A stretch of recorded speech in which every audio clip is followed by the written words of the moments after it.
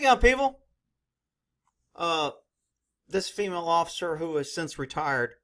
Uh, and look, in 30 years of law enforcement, I don't think I might know one woman that did her 20 years and retired. Every other woman I know either gets out because they get pregnant and have a baby, or they get hurt and they get an early medical retirement in 2 or 3 years. Now, you're not going to find stats, and there's going to be some little feminazi here coming here screaming, you need to prove that. I don't need to prove nothing. You prove I'm wrong.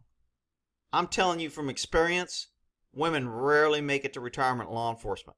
And if they do, it's because they get some cush back office job, has the press release person or, community relations person to where they're not working the streets.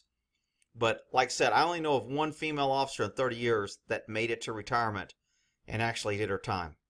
So you can take it for what it's worth, but, the social media, social programming, social justice warriors, the equal, non-sexist, PC, crazy hiring of federal and local governments, I think set a lot of women up to fail in the career field. And, they tell them they're great, they tell them they're equal, they tell them they can do anything.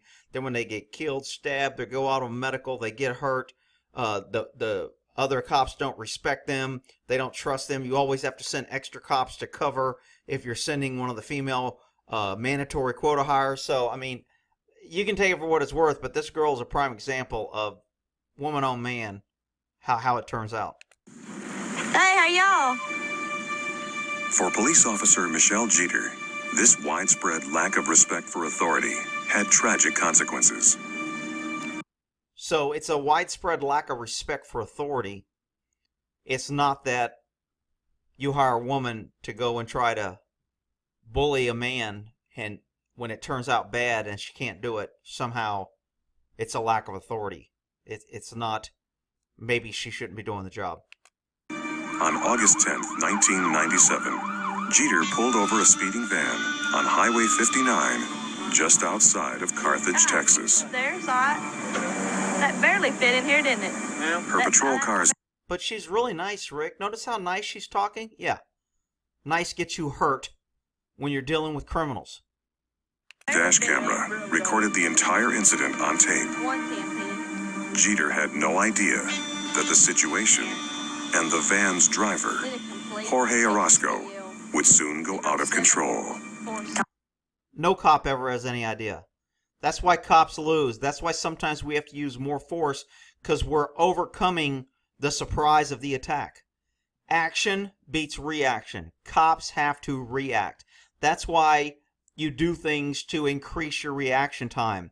You create distance. You plan. You look for things. You're not trustworthy. You don't set yourself. You don't stand with your gun right next to the suspect while you're talking on the radio. You don't stand with your face sideways so the guy can reach out and punch you in the jaw. You don't do things like that if you don't want to be crying later that I had no idea. I couldn't believe it happened. There's no way I would. Yeah, okay. Conversation was very lax. He was, real cordial, real...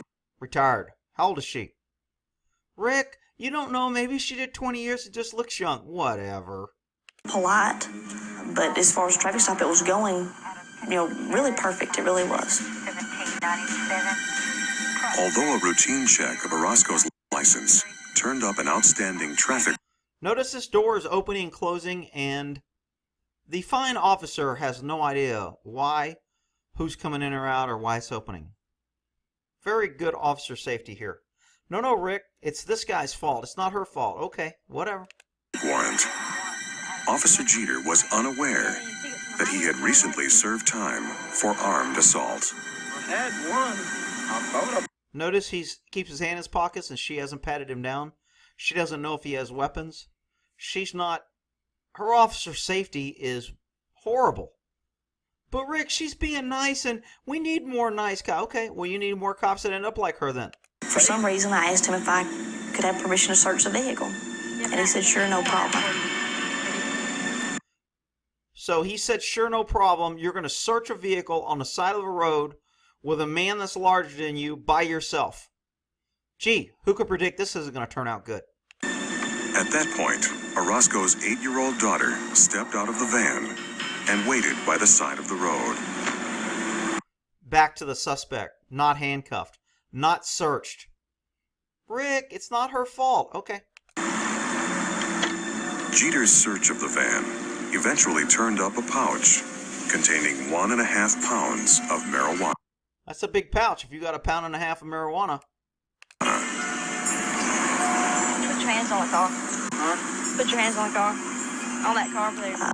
See, now here's her big mistake. And again, this just reeks of rookiness and inexperience. You're already out here by yourself. You're already outnumbered. You know he's got his child with him. You already know that he's carrying drugs illegally. He knows now that you know and that he's going to jail. So you force him to make a decision instead of finding the dope, getting on your radio and saying, I need another unit here to take this person into custody. Trying to be a little bit more slick. Wait till you have the advantage. Instead of using your head, instead of your he-woman powers of women are just as strong as men and I can do what I can because I am woman. Let's see the outcome on this. I stepped away from his vehicle, walked to the back of the van and advised him to place. Still hasn't patted him down. Still hasn't put a control hold on him. Got her handcuffs in one hand, talking on the radio. Luckily, he complied. He could have hit her from the jump street. But he's being a nice guy, and he's going to walk to the car. His hands on the car. He went in a motion as he was going to cooperate. And as I stepped forward with my handcuffs in my hand to handcuff him, he spun around and hit me in the face. He acted like he was going to comply. Well, gee, I've never known a suspect to do that. You mean suspects actually sometimes try to trick cops so they can take it? They don't teach that at academy? That's called lack of officer safety, lack of planning. You didn't see the signals. You weren't prepared. You weren't expecting anything. You figured your blonde hair would get you out of any trouble. And then when it didn't, you're absolutely useless.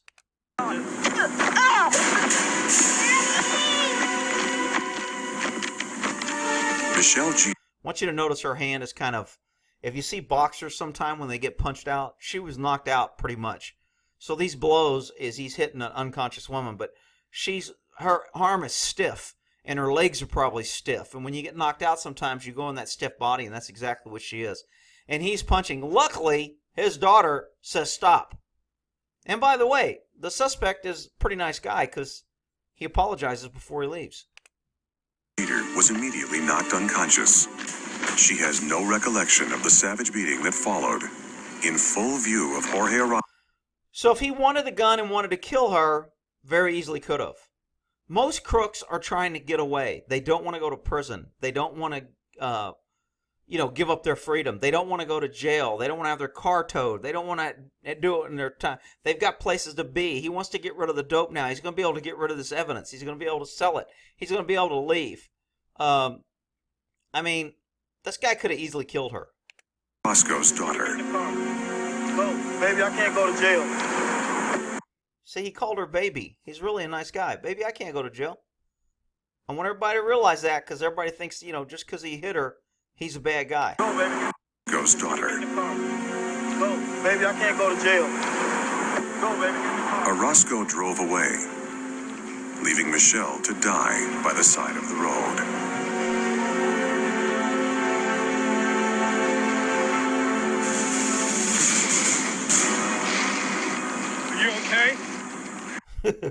This guy, he must have took CPR. You walk up to somebody, you tap him. Are you okay? Are you okay? Clear the airway. Raise his feet. Anyway, hey, you know what? Things happen fast on the road. And I know there'll be women and people here calling me sexist saying, women can take a punch just like a man. Well, you're an idiot because it's just not true. And that's what happens when you sell the lie of social experimentation that women are just as good as men at any and every job, because it just ain't true. And facts aren't racist and facts aren't sexist, but you can call them what you want to try and bully your point. Well, isn't that there?